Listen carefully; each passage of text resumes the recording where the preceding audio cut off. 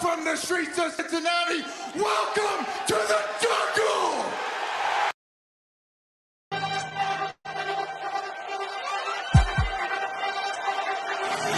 Let's go. Stripes, stripes, stripes, stripes, stripes, stripes, yeah. Stripes, stripes, stripes, yeah. Stripes, stripes, stripes, yeah. Orange in the day, black in the night. Stripes in our veins, sparks gonna fly. The beast is awake, orange, black and white. Cause when the jungle come alive, who day we ignite and Cincinnati, we gon' rise and in the jungle we unite and dripping orange and black and white. Who day when we fight, live and die in these stripes. Wake up the beast, every day is a feast. Time to bust it off the leash. In the jungle dripping heat, tigers strike the city streets. East side stand up, west side stand up. If you rapping who day, time to put your hands up. Bengals stripes, we in it. New day, new age, yeah, we get it. Cincinnati jungle fitted. Who they in our house, we win it. Orange and black and white, we build it. Earn our stripes, you know we kill it. Bleed our colors, jungle dripping. Nasty, natty, yeah, we live it. Lit the crowd, get the city loud. Yeah, we feasting now. Fit the pounds, make the city howl. Now we beasting now. Thunder through the tunnel, from the sideline to the huddle. Stripes we tatted on the jungle when we flex that who they muscle on them. Stripes, Cincinnati, we gon' rise and in the jungle we unite and dripping orange and black and white. All day when we fight, live and die in these stripes. Stripes. Now who gotta move like it on? Stripes. Now who wanna move close and on? Stripes. Now who wanna move on? If you got stripes and you let the city know you rock them, yeah we got them, yeah we fought them. Like that black and orange Apollo, bingo bottle, never stop it till the beast and know who they rockin' with the diamond stripes, flossing on the ring. Cincinnati, she's our queen, we gon' show the world who king. Orange in the day, black in the night. Stripes in our veins, sparks gonna fly. The beast is awake, orange, black and white. Cause when the jungle come alive, who day we ignite and Cincinnati, we gon' rise and in the jungle we unite and dripping orange and black and white. All day when we fight, live and die in these stripes. Now who gotta move like it on? Now who wanna move close and on? Now who wanna move on? All day when we fight, live and die in these stripes. Hey guys, what's going on? Welcome to the show. This is Sports with Strawberry Ice. I'm your host, the Iceman, Jeff Trunapole. And as always, I'm bringing you sports from a West Side point of view right here in the great city of Cincinnati, Ohio, home of the AFC North champions Cincinnati Bengals, who are going to be at the NFL Combine today, watching at some point some of their future players.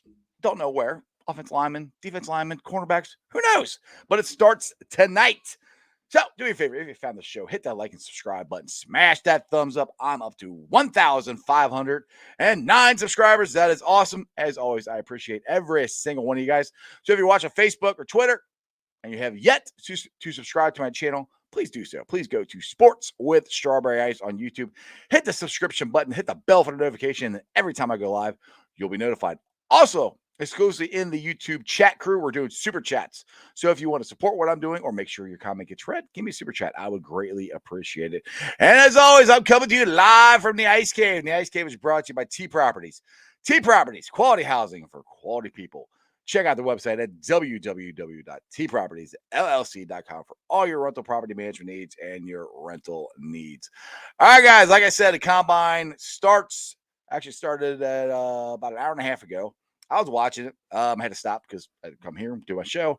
I'm very curious to watch Desmond Ridder.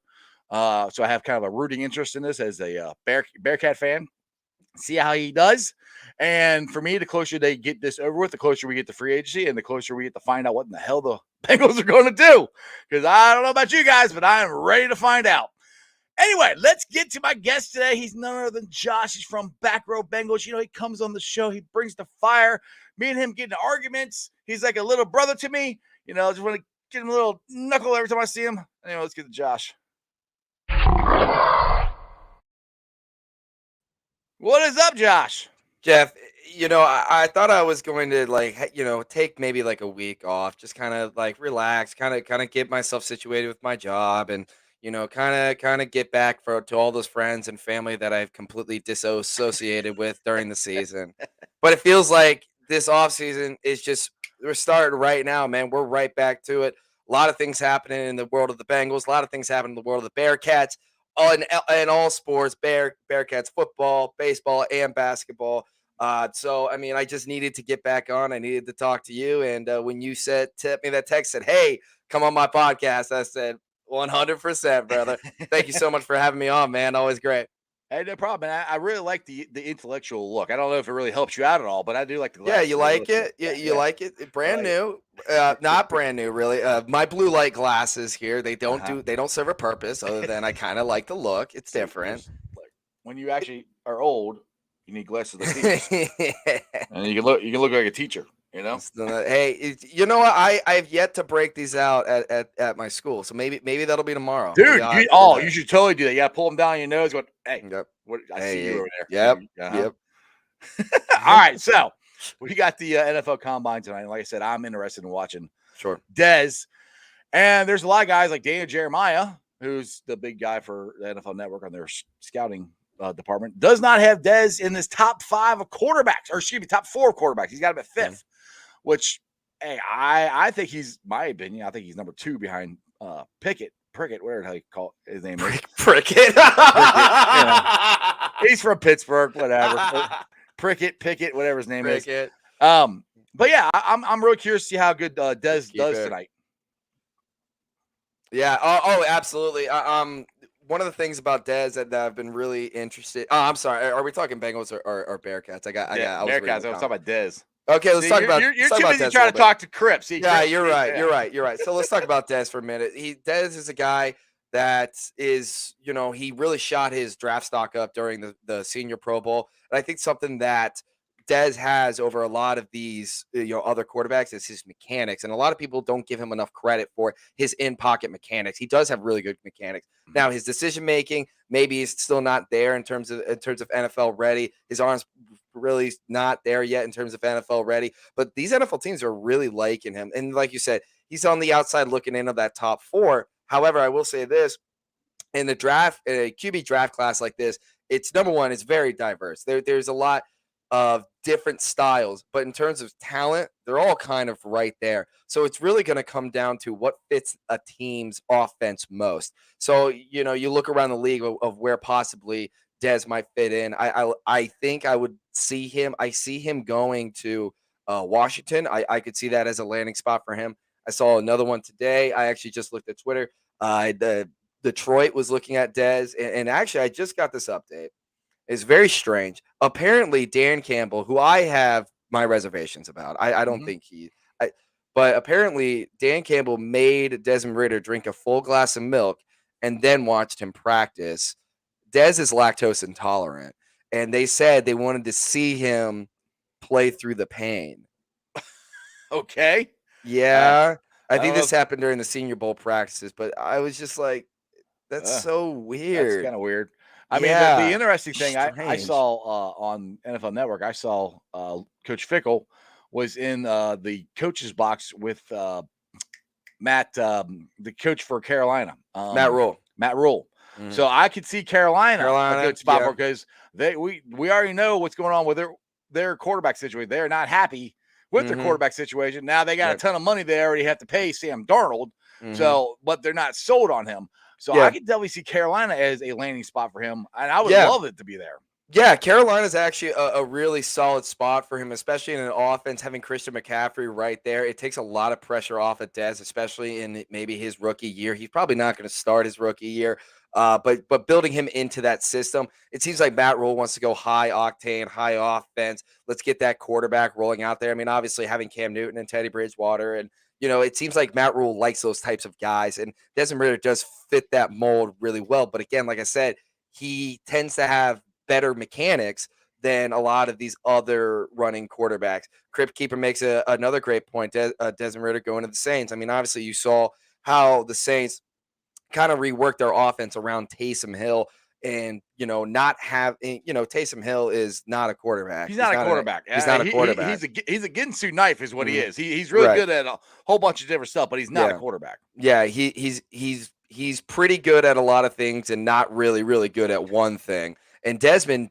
fits that mold and allows them to have that running style of offense, but also has the arm to at least get the ball, 10, 15, 20 yards consistently and consistently making good decisions in the pocket.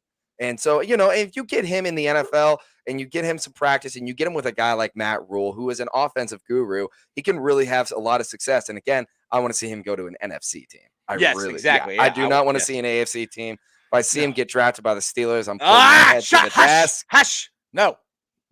I don't think it'll happen. But they keep talking about the Squealers taking the kid from Liberty, so there's a chance that that might happen. Yeah, but again, it goes back to how diverse this QB class is, and how kind of like really in terms of talent, nobody's really outshining. I am seeing Blake Pickett, getting said, like, so one guy said he had Joe Burrow potential. I'll get out of here. Okay. There's only one jackpot. Let's be real here. Stop. Let's be real, people. All right. Stop. Richard says they've been talking about the Bearcat QB is looking the best in the combine. I see in a mock him going to the Lions. Now, the Lions, I would assume if they're going to take him, it would be in the second round because they got the second overall pick. Maybe they'll take him a second overall pick, but they could take one of the defensive ends too for out of Michigan or the kid out of Oregon. I gotta let my dog out, so you go talking. You go. So let's talk a little bit about the Desmond Ridder going to the Detroit. So the problem with going to Detroit is in the fact that it doesn't seem like that he really is going to fit that same mold that Jared Goff did. Again, Jared Goff, I mean, he's a average to above average quarterback. Sometimes he's good at certain spots, but he just doesn't quite have that, the same NFL mechanics as Jared Goff does. So it's going to be interesting to see him basically mold into that Detroit Lions offense. And I don't really know how exactly Dan Campbell wants to use him. Dan Campbell's a smash mouth, pounded out type of guy.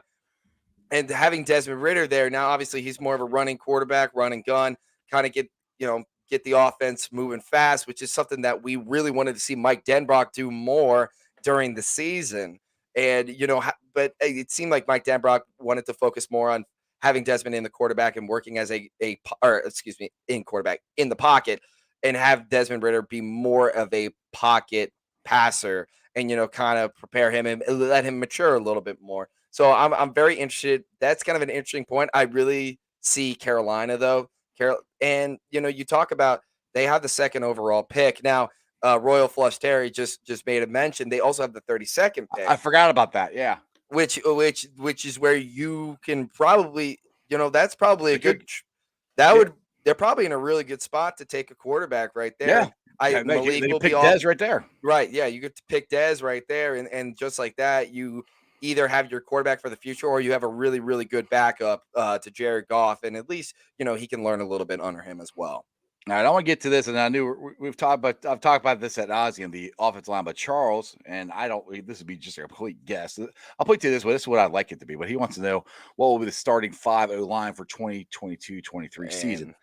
All right, I really do think that they're going to at least make one big free agent splash in the offensive line. I really believe they're going to make two, to be honest. Listening to what Frank Pollock was saying yesterday, he wants glass eaters. He wants athletic guys.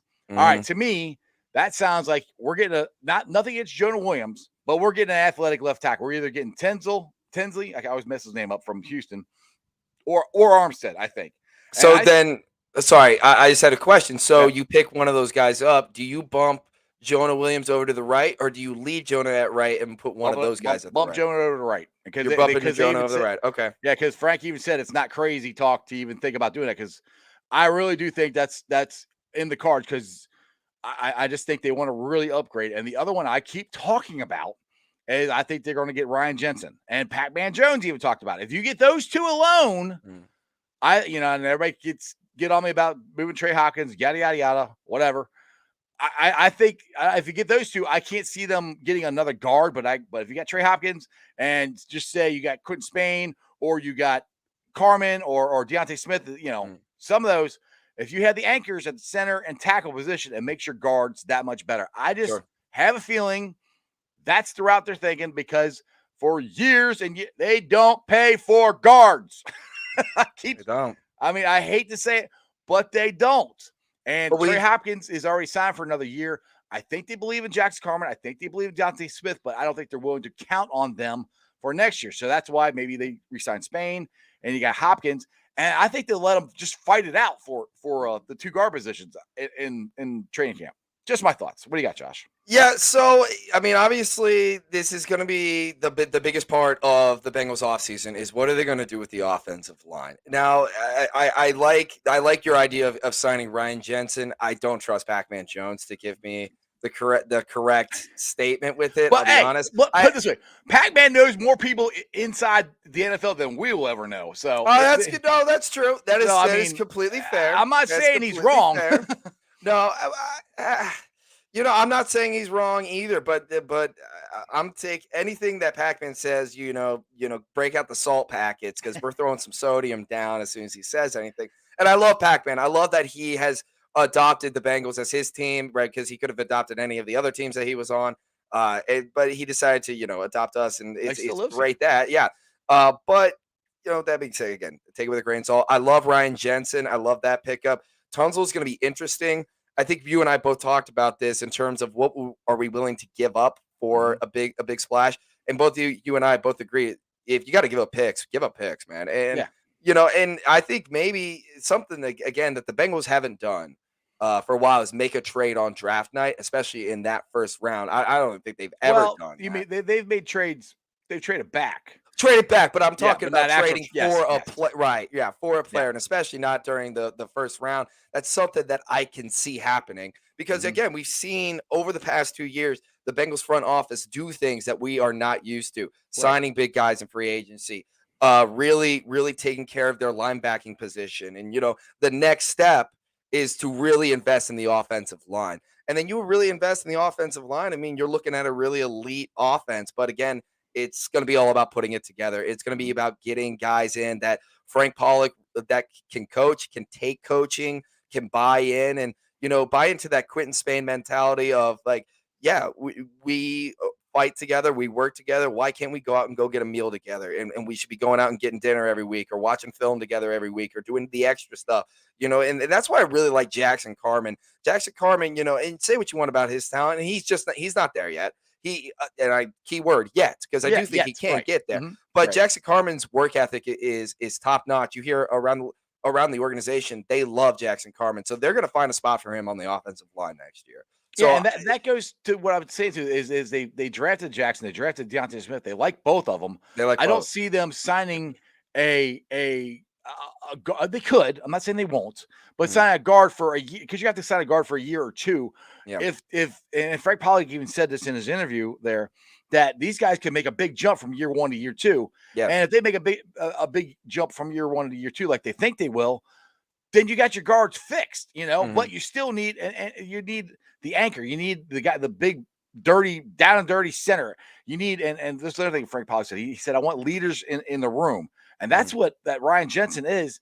And same thing with Armstead and Tinsley. They're athletic, big guys that, that's from everything Frank said. It sounds like what he wants. And Frank was, before he came out to the press conference, he's at the combine, but he was in this hotel room looking at free agent film. He wasn't looking at guys in the draft. He even said, he goes, well, if I wasn't out here, I'd be watching film on the free agents. That tells me more than anything else, they're going to go get somebody, at least one, possibly two guys.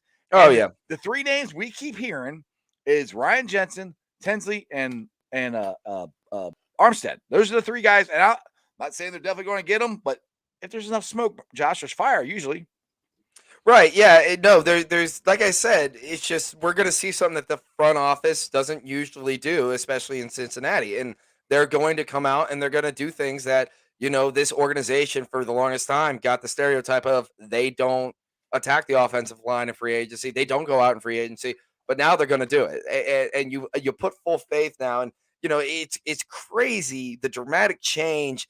And I would say it took 3 years to do this, but I mean, what a turnaround in 3 years for an organization to change not only their mentality, change their franchise guy, and then go out and make a Super Bowl run. And they're looking for more. You can tell that this locker room is looking for more. You already have talks of Mike Hilton recruiting all over the place and saying you got to come to Cincinnati. Now I'm really, really interested about this whole tight end fiasco, and I want to get your opinion on this. Now, a lot are against the signing of Rob Gronkowski, and I'm not with that. I am for the signing of Rob Gronkowski. I love that signing. I understand we have to pay CJ Uzama, but we talked about it over and over again. What is one of the biggest problems that this Bengals team has? It's their red zone woes, and then how bad they are in the red zone, how they can't convert from a field goal to a touchdown. And now that we're going to go from the hunter to the hunted, that's going to need to start happening. You're going to need to start converting those field goals into touchdowns. And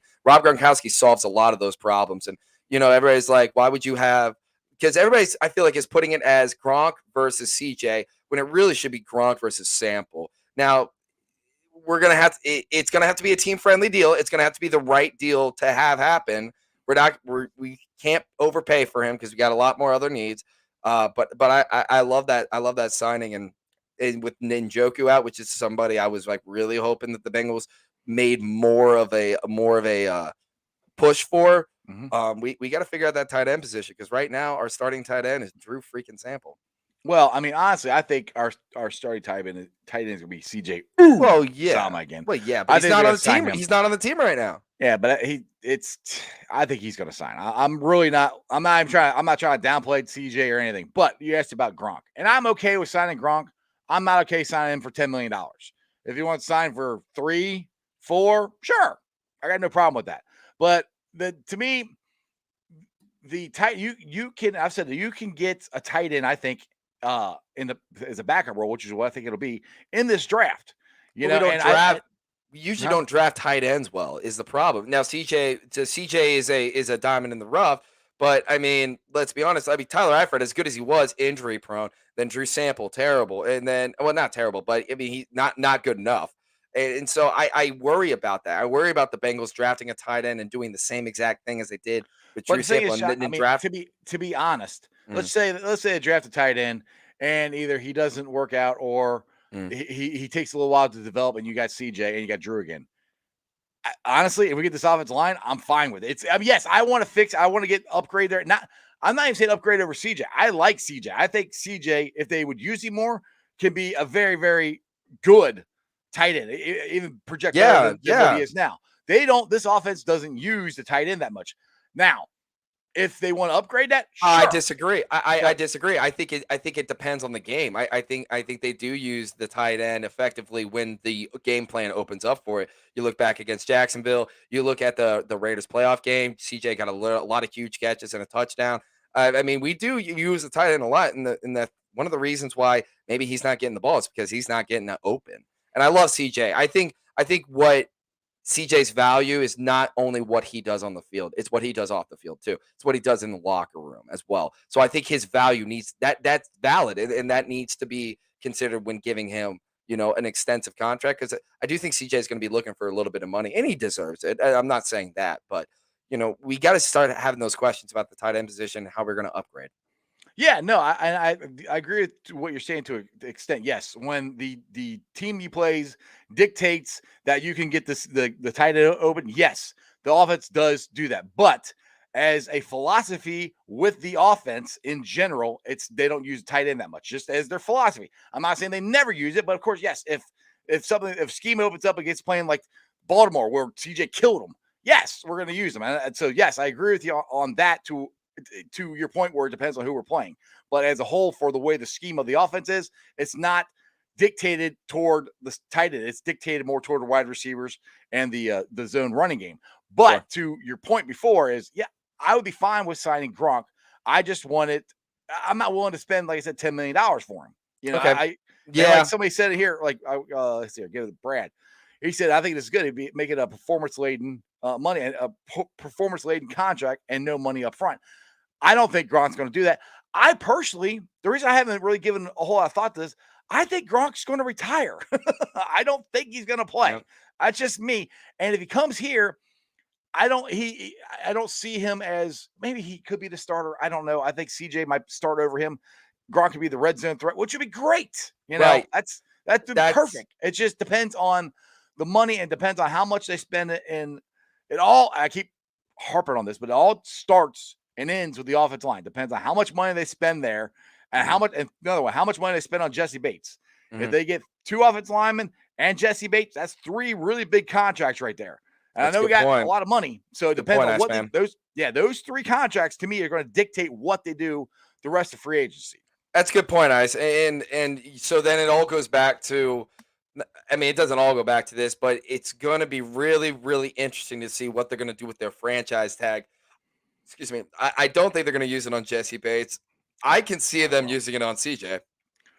Well, I'll put it this way: if they don't sign Jesse Bates, yeah, they'll use it on him. And if they do sign, which I'm praying to God they do sign him, we got like another It'll happen. week and a half. It'll happen. It'll happen. Because all right, let's okay. We'll get back to that. Yes, I think if they don't sign him, it's either gonna be Jesse Bates or it could be CJ. But let's put it this way: just talk about Jesse Bates' contract here a little bit. Yep. And this is where I'm getting a little frustrated with of what's taking so long, because from what Jesse Bates is saying that he wants to be here, and he's even said he went on the NFL Network saying he doesn't have to be the highest paid safety in the league. The Bengals want him here. He's had a good year. They don't want to make him the highest paid safety in the league. Yeah. So what the hell is taking so long? I think I think the fact of the matter is maybe they're just I think honestly it's coming down to just the final logistics of it. Okay, because I think Jesse will want performance laden some performance laden bonuses in there. Yeah, again, deserves it 100%. Yeah. I think they're working. Yeah. I think they're working out the years of how long he wants to be there. I don't think it's going to come down to the money. It's going to come down to the finer points of it. I think Jesse, the deal's going to get done. I just think you can't. It's not even just again for the team itself, because I mean obviously Jesse's an elite safety and we saw how elite he can be in the playoffs, but it's coming down to the culture of taking care of your guys when they are there for a long time, when they were there for the losing, that they stayed around. They're great in the locker room. They're great for the defense. And I think that's the biggest part about this that's why this contract is so big, not just because of Jesse Bates, the player, Right. but what it means as a whole. Right, exactly. Okay, now let's circle back to franchise tagging CJ Uzomah. Okay. If you do that, is CJ Uzomah a top 5 tight end? No. That's your answer. That they're not going to franchise him. Well, but who else are they going to use that on? They could sign another. They take that money. They could sign another free agent. They could do something. I don't see the Bengals. I love CJ Uzomah. I think he's a really good tight end. I think he's great for the locker room. I don't think he's a top 5 tight end. No. So therefore I don't think they financially and in their head the way things work could franchise tag him.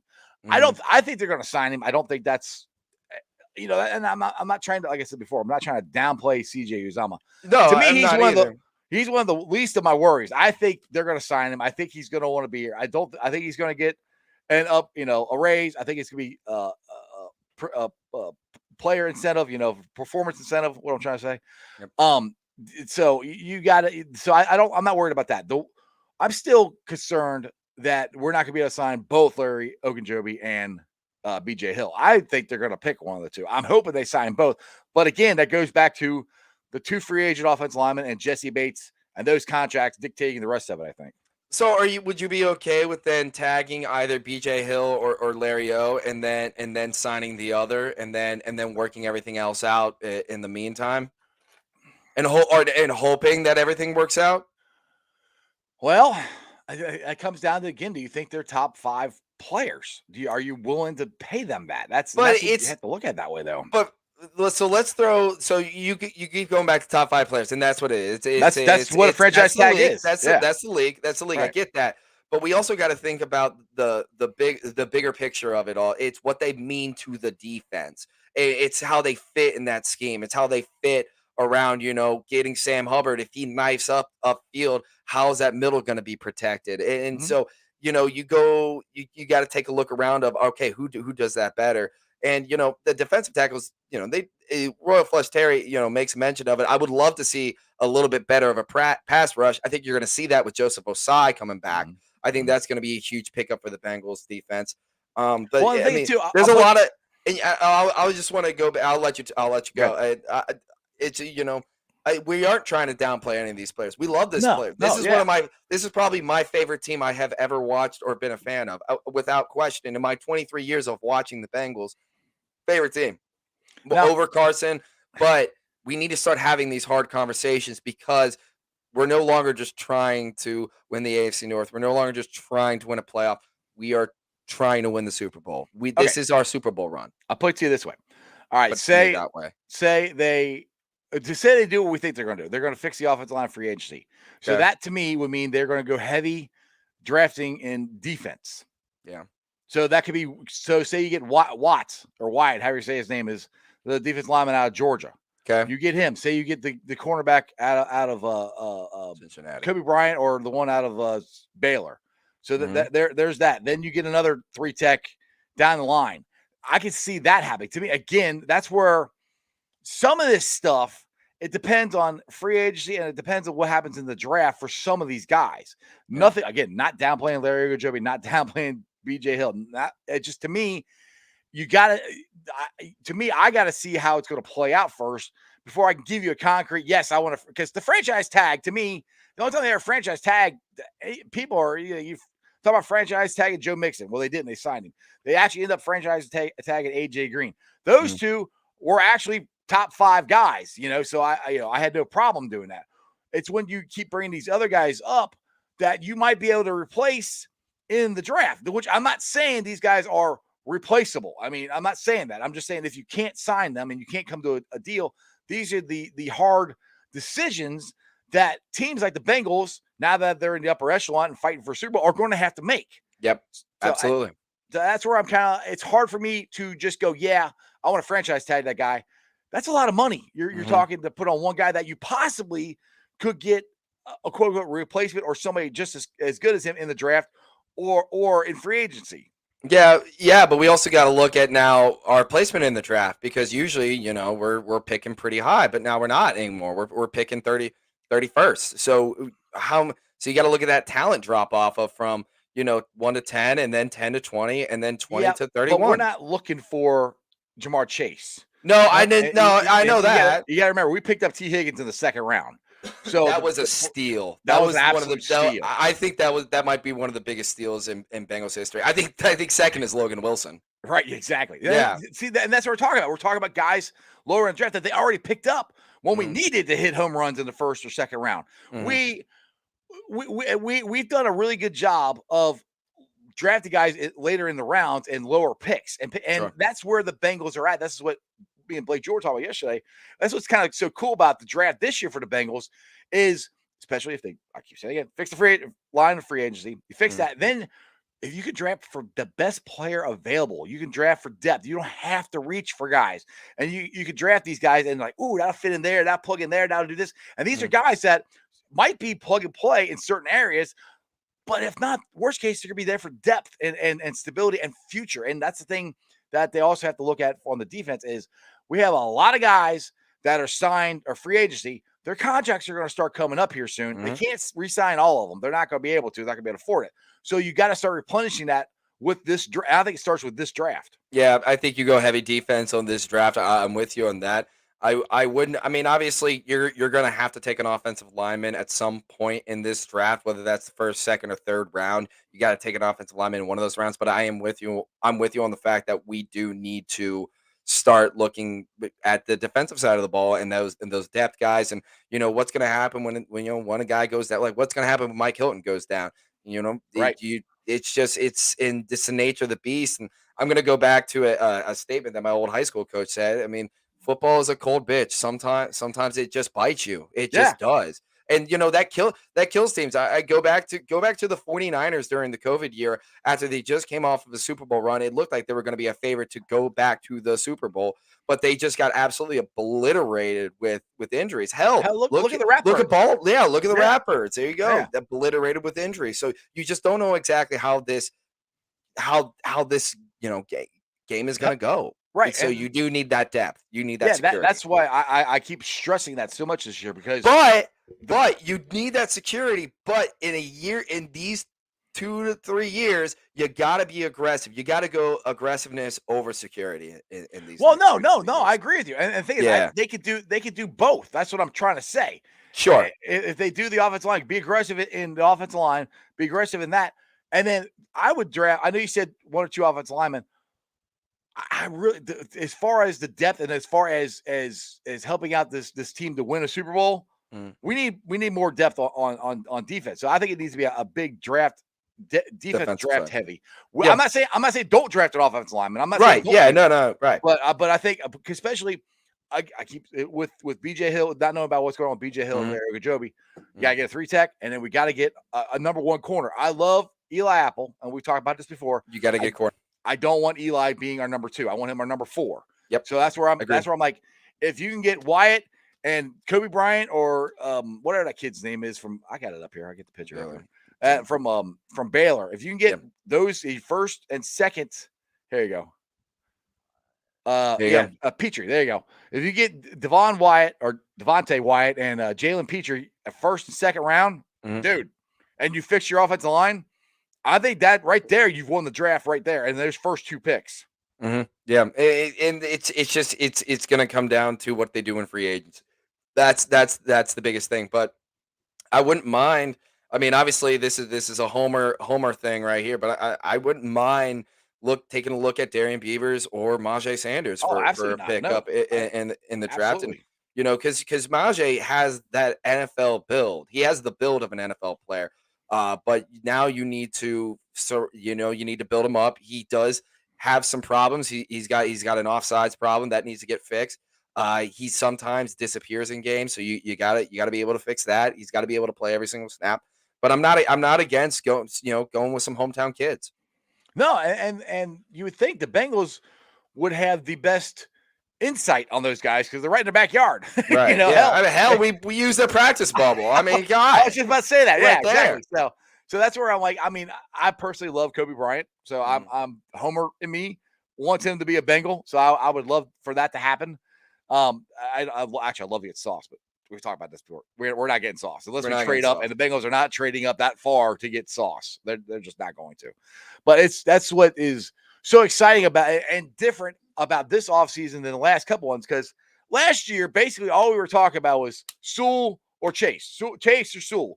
That was really all we were talking about, This is different. There's so many, because if the Bengals do this, then this could happen. Or if they do this, then this could happen, There's a lot of different nuances of how this offseason can break down for the Bengals and what they can do. And there's so many different opinions of what they can do. Like I got the some people say the crazy one of moving Hopkins to guard, which is where he started at.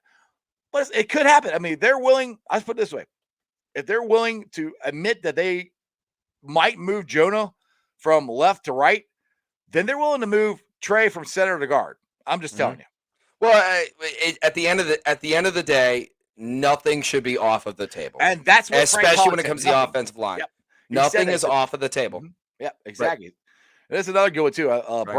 Brian Cook, safety. Can I just say something real quick? Somebody. How amazing is it to have this many guys from UC in the combine? Oh, it's awesome, dude. What a just we're spoiled over this. And Jeff, I was talking to you a little bit last night. I went out for a little bit with the Stripe Squad. Had a couple cold pops. I came back and I said, you know what? You had seltzer, don't lie. I did not. I had this thing called a Burning Apparition. It was a peanut butter stout. It was really good. It was good. That sounds good, actually. A 6.66% alcohol volume. So no wonder you were texting weird crap to me. Yeah, I know. I had the devil in me, man. It's just, but yeah, it's just it's amazing. See, I don't mean to control your show, just to hop on over to UC because. Go ahead, because you rewatched the Notre Dame Bearcat game. So yeah, so good. So I decided to, with all the Bearcat hype going around and UC walking those bums off from Columbus back to Columbus. Speaking of which, were you able to catch any just like the scene of it, of just being able to follow along at all with UC baseball? Oh, you're talking. That's you're talking about baseball last night. Okay. No, Yeah. I had no clue what you were talking about. Oh, you had no idea? Oh no, I was talking No, about I'm UC like, baseball. no, I'm sitting there going, the basketball team just freaking played Houston. What are you talking about? Oh, no, no, I wish I would, dude. I wish you had told me that. I would have watched it. I didn't even know. Yeah, the scene was gorgeous. It was just something that was just like, wow, like this is something that could be a staple in our community. Here comes another team that this city could rally around because I think this is going to be the biggest year for UC baseball. I mean, with the Reds getting locked out, what else are we going to do? Right.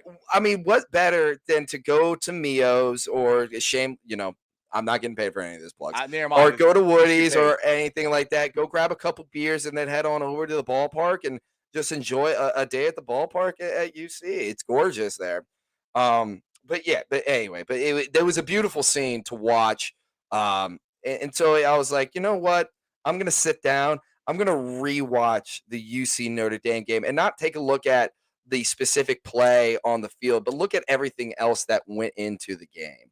And so I took a look and I wrote down a couple of notes that I kind of wanted to share with you there. Go for it.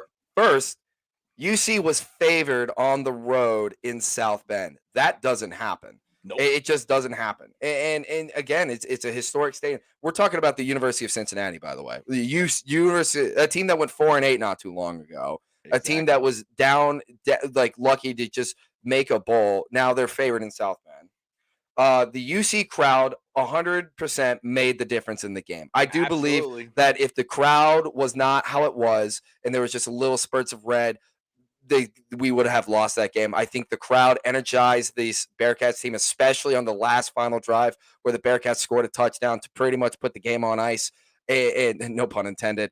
But I want to get I have a couple that we agree on, but I am going to hit you with a take that I don't think you will agree on. What you got?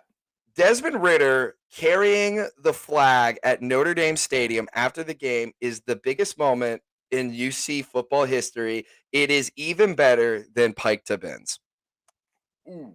It is an even better moment than Pike to Benz. And I will die on that hill.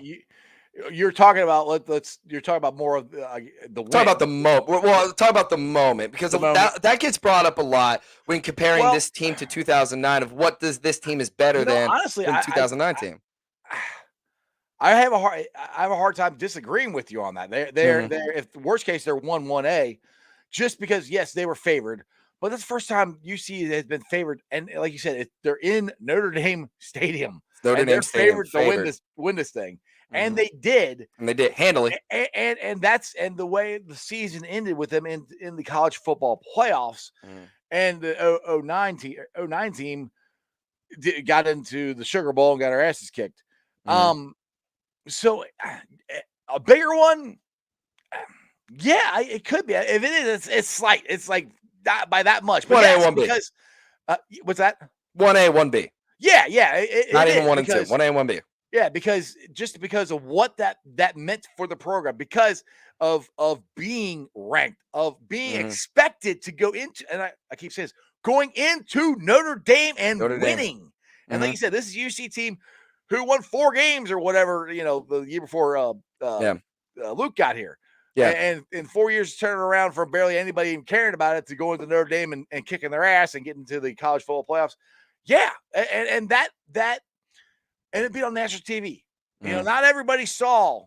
Rubbing Mike Tirico's face and rubbing in Drew Brees' face as they were there. But their name's so great. In 09, not everybody saw Pike to Benz. Good point. It was just on ESPN. I mean, this is on NBC. This is Notre Dame. It was a primetime game. Primetime game.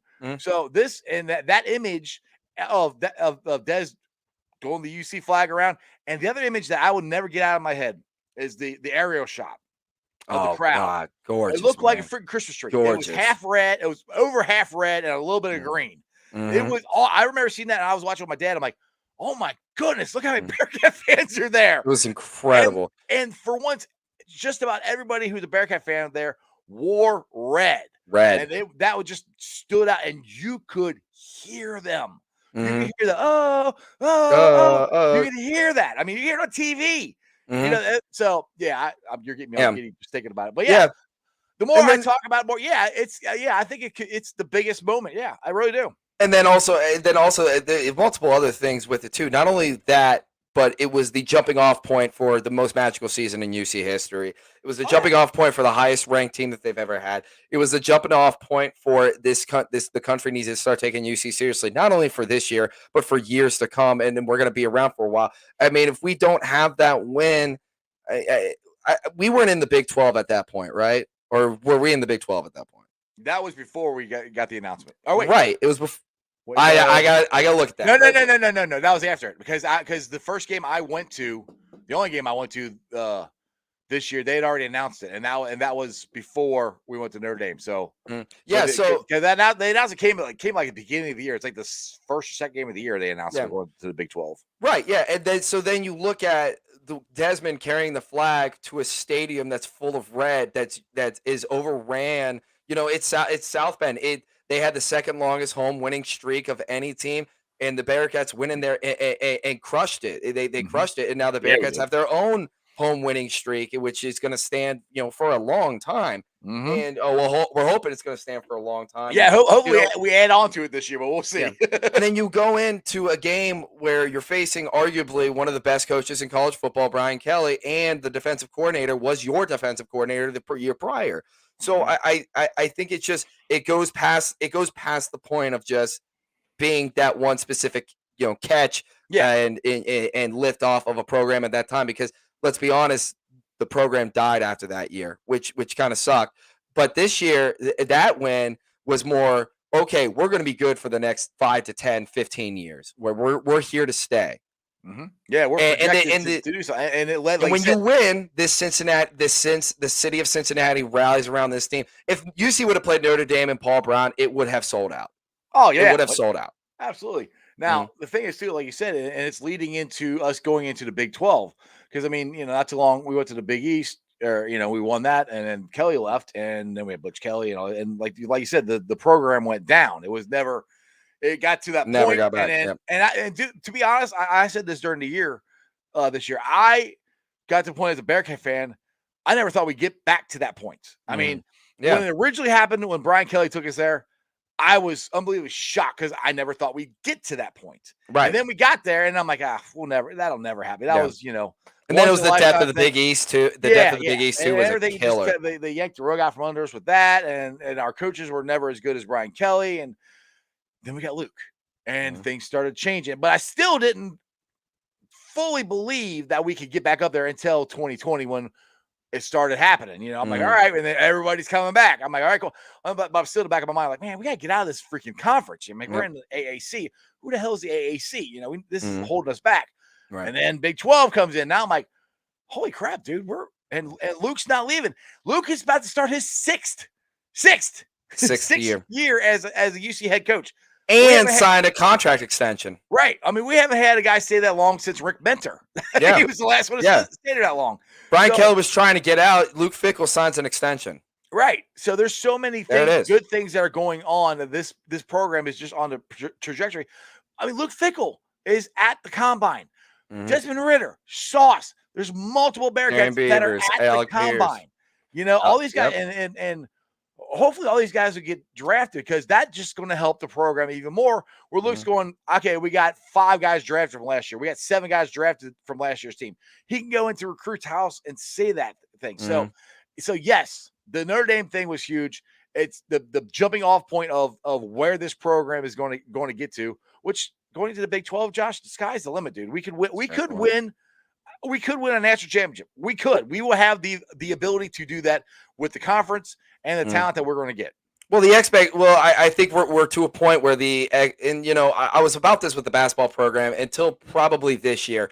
The expectation will never be lower than when go undefeated or one loss, win the conference championship and either go to a playoff or go to a BCS bowl. That's the expectation. It's no longer, just making a bowl. It's being the best team. It's being one of the best teams in the country. Right now for Bearcat football, our goal is to win the AAC every year.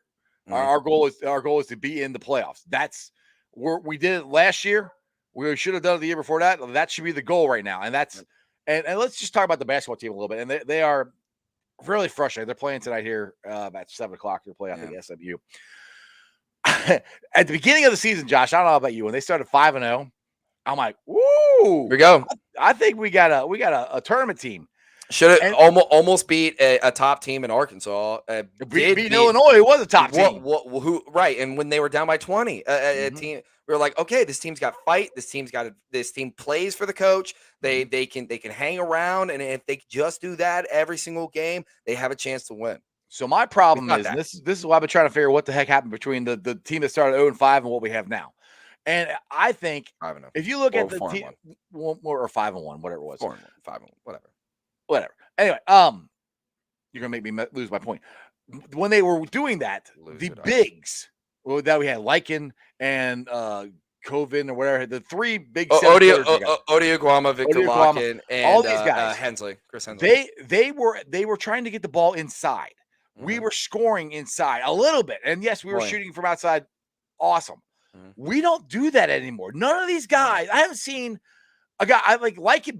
Went down on the block, I think, twice last game. There is no inside outside for these guys. It's okay. I pass around, shoot a three.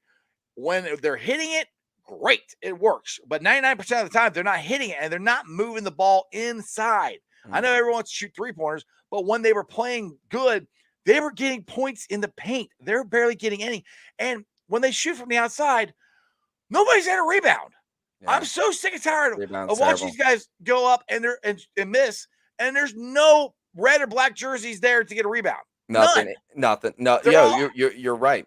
I'm like, they got to get inside, and I'm like, it's almost too late. Unless we go on a magical run here and win the American tournament, which I don't think that's going to, because Houston's going to kick our ass again. I am so sick and tired of getting my ass kicked by Houston. Yeah, I mean, that sucks. I hate it. And we were in it. The first half, they came back, played great. Started the second half, played awful. Terrible. They came back, but it was too late. It's like you got to keep an intensity up the entire game.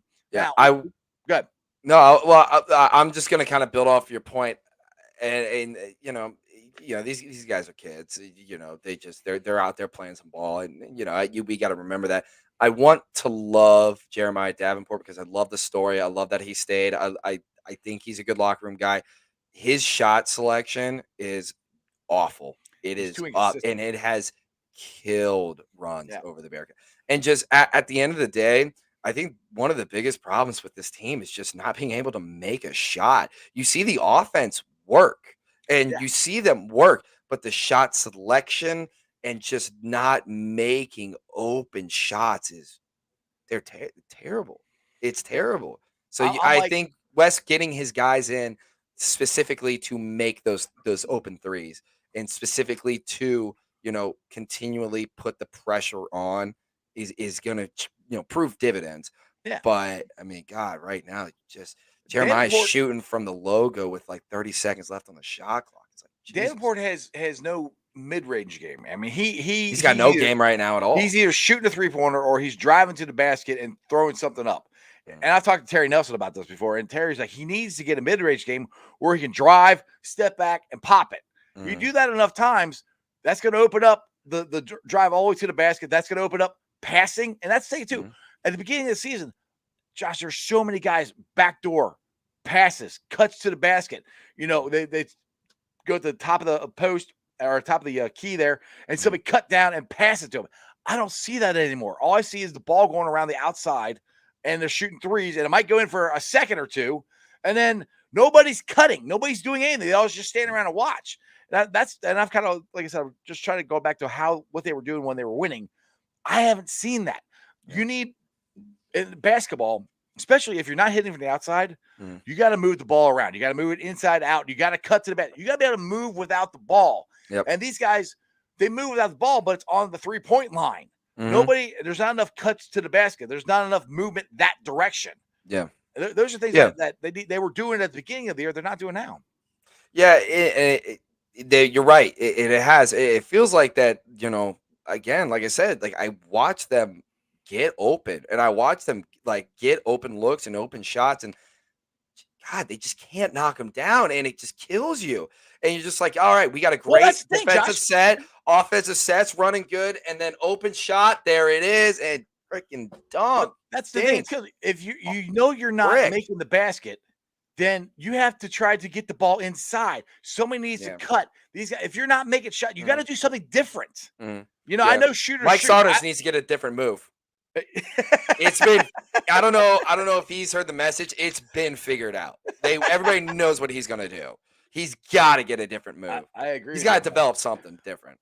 I agree with you, and that's what drives me nuts is when they're not making shots and they keep firing them up. I'm like, can somebody? I mean, I don't know.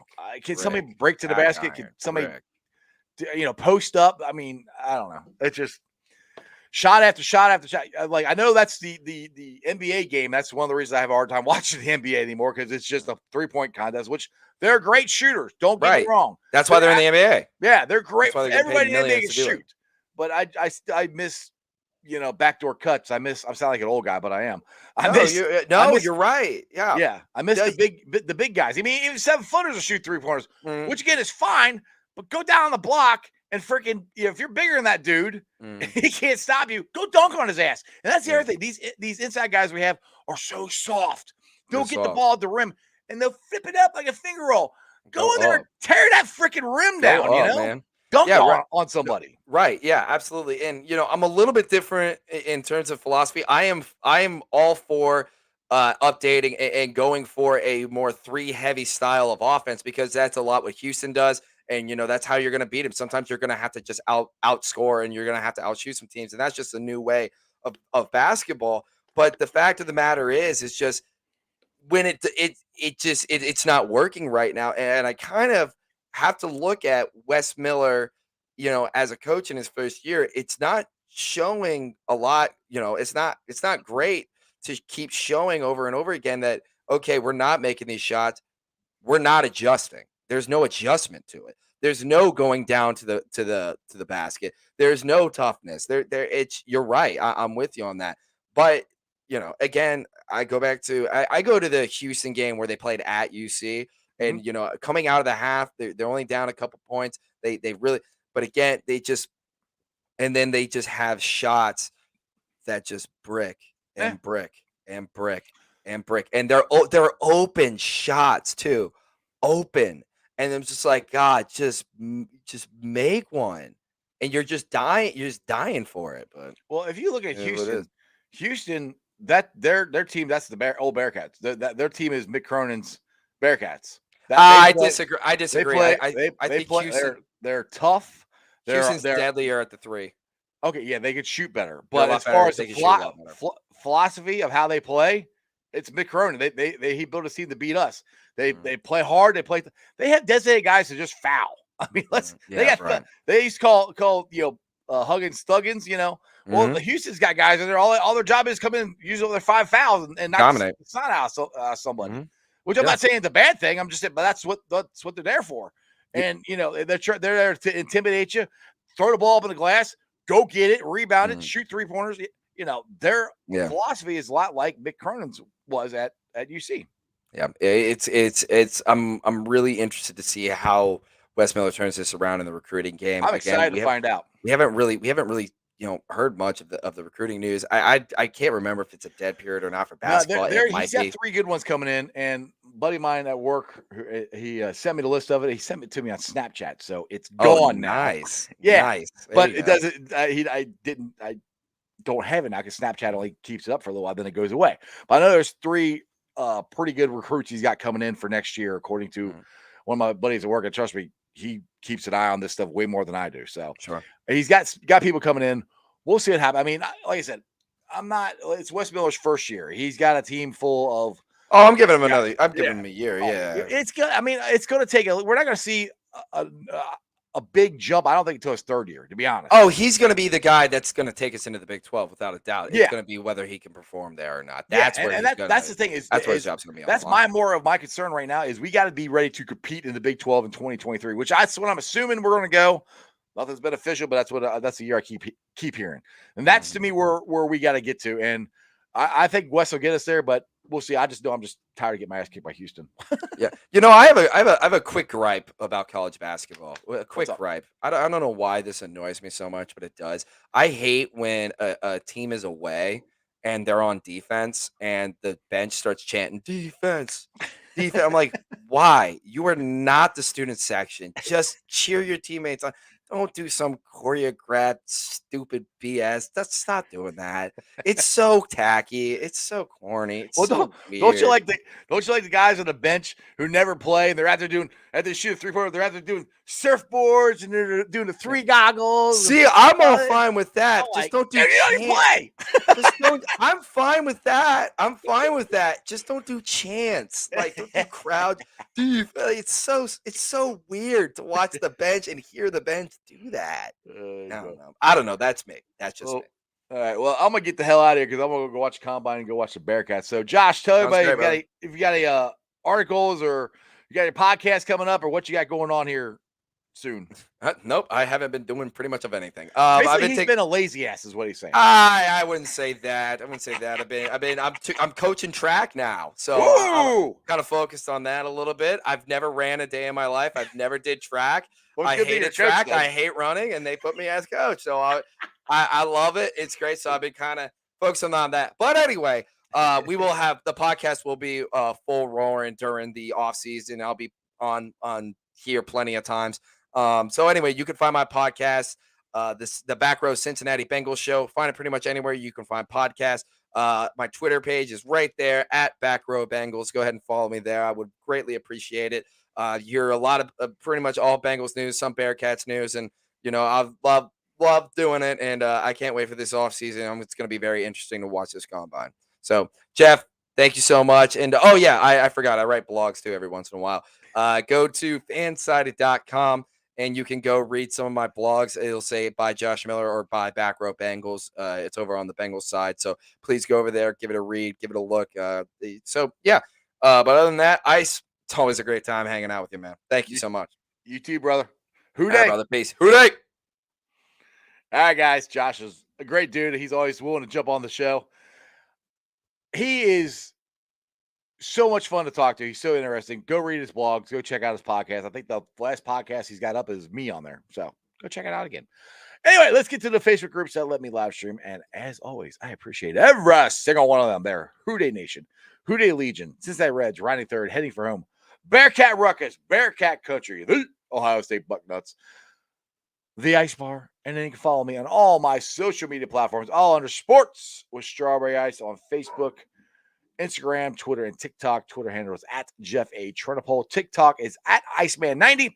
I'll be pulling off the sound later on tonight, so if you don't want to watch a YouTube channel, go check out the podcast.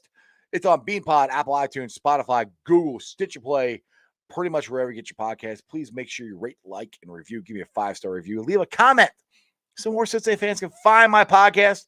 I love it. Actually, the podcast is starting to get some really good numbers. I appreciate that, guys. Please keep it up because I'm trying to get my numbers up on my podcast. The numbers on the YouTube channel are unbelievable. We're at 1,509 subscribers. I got a goal I'm setting for us. I want to get to 2,000 subscribers before next football season. So tell your friends, tell your neighbors about Sports with Strawberry Ice. I want to give a shout out here to LFG T-shirts. They got the Jackpot Joey Burrow head here. It's one of my favorite T-shirts. Go check them out if you need any cool Bearcats, Bengals, Reds T-shirts. Go check them out. And other than that, go watch the combine. Go watch the Bearcats hopefully win tonight. That would be awesome. That's just sports, baby. See ya!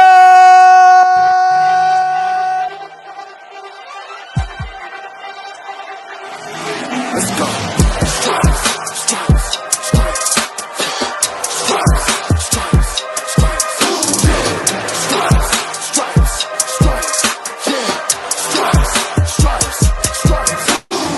Orange in the day, black in the night. Stripes in our veins, sparks gonna fly. The beast disobey, orange, black and white. Cause when the jungle come alive, who day we ignite and Cincinnati, we gon' rise and in the jungle we unite and dripping orange and black and white. Who day when we fight, live and die in these stripes. Wake up the beast, every end day is a feast. Time to bust it up. off the leash, in the jungle dripping heat. Tigers strike the city streets. East side stand up, west side stand up. If you reppin' who they, time to put your hands up. Bengals stripes, we in it. New day, new age, yeah, we get it. Cincinnati jungle fitted. Who they in our house, we win it. Orange and black and white, we build it. Earn our stripes, you know we kill it. Bleed our colors, jungle dripping. Nasty, natty, yeah, we live it. Lit the crowd, get the city loud. Yeah, we feasting now. Fit the pounce, make the city howl. Now we beastin' now. Thunder through the tunnel, from the sideline to the huddle. Stripes we tatted on the jungle when we flex that who they muscle on them.